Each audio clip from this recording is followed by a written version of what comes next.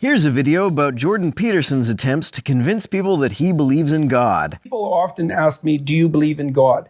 Which I don't like that question. I don't like that question. I don't like that question. Yeah, I don't like the question. I get the distinct impression that Peterson doesn't like that question because he, at some level, understands that the God referred to by theologians and apologists is nonsensical. However, he seems to be a big fan of tradition and traditional authority, so he is, as a result, hesitant to undermine the traditional authority that comes from religious institutions, especially Western ones. People have asked me whether or not I believe in God, and I've answered in various ways. No, but I'm afraid he probably exists. That's...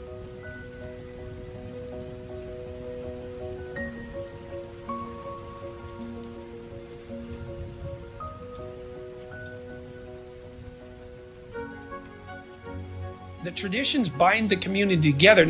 See? It looks to me that, like religious conservatives and traditionalists, what he really worships is the order that religious institutions impose upon people. I do believe that communal return to the source of the community's ethics is actually a necessary thing. And maybe I'm atoning for my past sins by doing these biblical lectures at the moment, which is something that's communal. And then, because there's also something about going where a bunch of other people are to reaffirm your commitment to the good that you're all aiming at, that's got some power in it. And I don't think that that's something that we should forego. I think it's dangerous. I mean, look, even if you're cynical about church, and I guess I would put myself in that category, it's certainly the case that communal church going in the 1950s, say, provided the average person with at least an hour a week where they were contemplating, no matter how poorly, the purpose of ethics in life. Why the 1950s? Why pick that as an example? When Peterson uses this example, it's tempting to infer that he has in mind the imagined idyllic 1950s that conservatives often pine for. They think it's great that back then wives were kept in the kitchen and gay folks were kept in the closet. It was commonly the church that would socially enforce these norms. There's a sanctimonious authority that goes along with that that's the wrong tone. It's more like,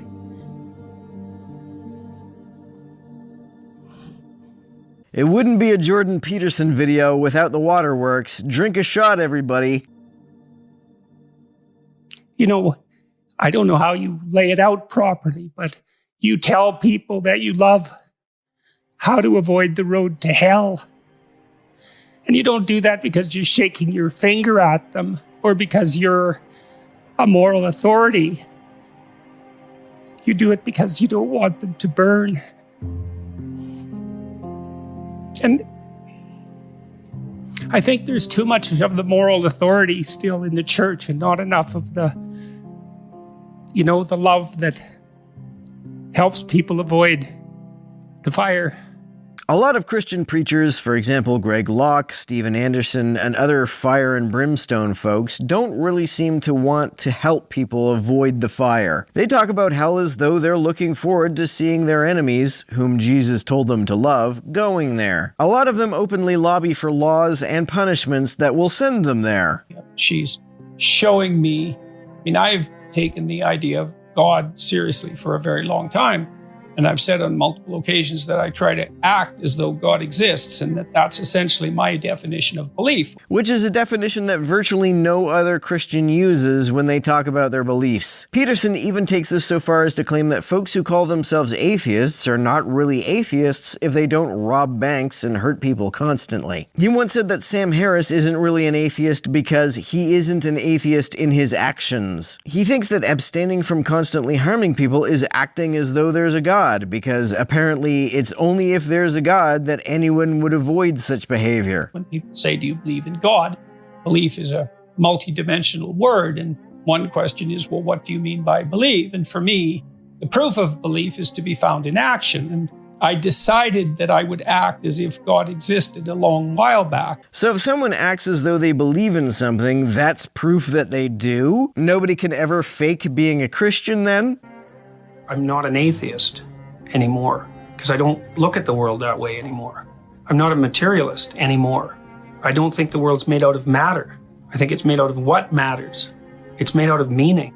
What's meaning made out of? And how can a world be made out of it? Folks who talk about meaning are often unclear about what meaning is even supposed to mean. I guess it means consequences, maybe? When someone says that they feel they have a meaningful job, what they seem to intend to convey is that they see the consequences of doing that job to be positive for other people. If that's what Peterson means, why would he abandon materialism? Consequences are physical effects enacted upon physical entities. So why is meaning contrary to materialism? I imagine he's being metaphorical in some sense, but it's entirely unclear to me what the metaphor is intended to represent. He needs some more practice with Rule 10 from his book. Be precise in your speech. What we orient towards unconsciously, which means what captures our attention, is meaning, and it captures our attention before we know what it is. How can something capture your attention being something which is inherent to consciousness, without you being conscious of it? Do we pay attention to it, or are we not conscious of it? The brain acts as if the world's made out of information or made out of meaning. It doesn't make any sense to say that anything is made out of information, because information is simply non-randomness. There has to be something more fundamental than information, because in order for non-randomness to exist, there has to be something arranged or behaving in non-random patterns. It makes no sense for information to just exist on its own and make up other things.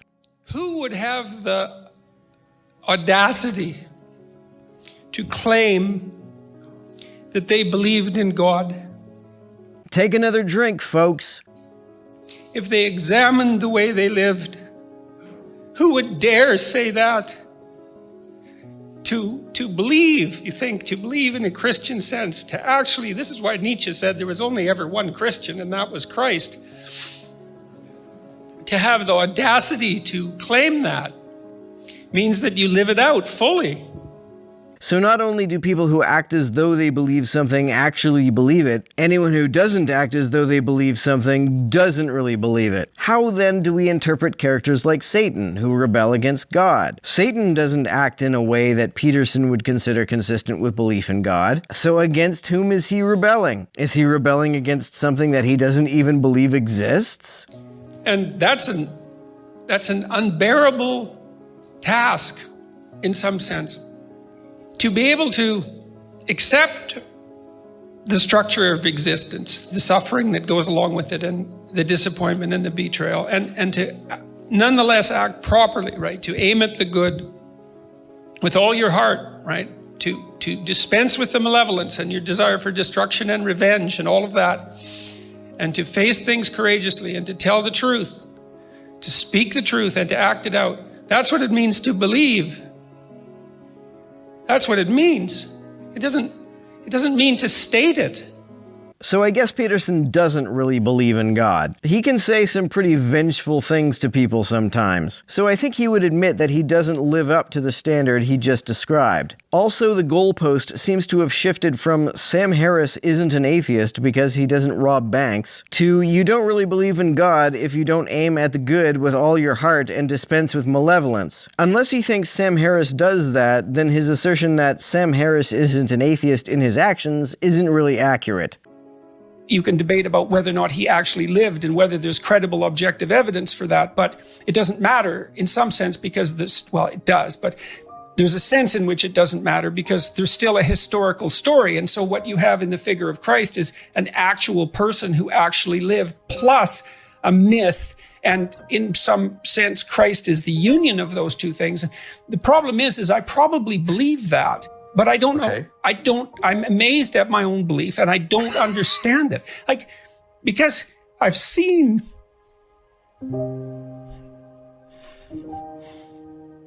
Damn it, I'm all out of drinks already. sometimes the objective world and the narrative world touch. That's Jungian synchronicity. Whoever did the captions on the Peterson video obviously didn't know what Jungian synchronicity is. Peterson loves Carl Jung because he was a psychoanalyst, and psychoanalysts are all about never interpreting anything at face value. Peterson loves to talk about meaning in this other sense. He loves to imagine that everything, especially the Bible, refers metaphorically to some deeper narrative. A cigar is never just a cigar to this dude. Jungian synchronicity is all about inferring that coincidences, while not causally connected in any way that science could digest, are really still connected in some woo-woo way that makes no discernible sense to me.